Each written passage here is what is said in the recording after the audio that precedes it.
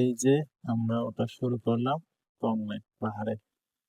সামনে সিঁড়িগুলো দেখতে সহজ, কিন্তু উঠতে গেলে বোঝা যায় আসল মজা। ধীরে ধীরে উপরে উঠতেছি, প্রতিটা ধাপের সাথে নিচের সাজেক ভেলিটা ছোট হয়ে যাচ্ছে, আর চারপাশের পাহাড়গুলো যেন আরো কাছে চলে আসতেছে। হালকা বাতাস, পাখির ডাক,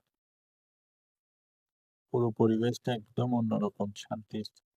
এই যে এটা পাথর, এটা কি সুন্দর। এখন আমরা প্রায় উপরের দিকে। আর এই যে দেখতেছেন ছোট দুইটা কিউট পরি, ওরা নাকি এটা দোকান করতেছে, ফুল আর হলুদ বিক্রি করতেছে।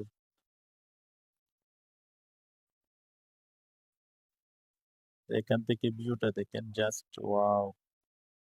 এটা আগে ছিল, আগে তো আর কি, এখন তো এই সিঁড়িটা হয়েছে। সিঁড়ি হওয়াতে অনেকটা ইজি হয়েছে, আগে অনেক কষ্ট হইতো। দেখেন এখানে ভিউটা, ও জাস্ট ভিউ। এখন আমরা আসছি যে সকাল, এখন 7টা, প্রায় 7টা। এই তো আমার বন্ধু তারেক উঠে গেছি, আমি উঠে গেছি। এই তো দেখেন এখানে কত সুন্দর দোকানপাট করতেছে। তো কংলাক পাহাড়ে উঠে আমরা নাস্তা করছি। আমার বন্ধু মোর্শেদ, ও মাই গড, এখান থেকে হচ্ছে আমরা সাজেকে ওই পারে দেখা যাচ্ছে, ওইটা নাকি ইন্ডিয়ার বর্ডার। মেঘ, আসলে মেঘের জন্য পুরোপুরি বোঝা যাচ্ছে না।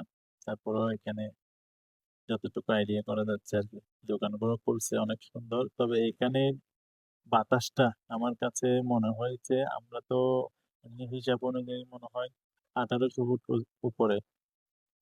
আমার কাছে মনে হয়েছে সাজেকের সবচেয়ে শান্তির জায়গা হচ্ছে এখানে কংলাক পাহাড়ে।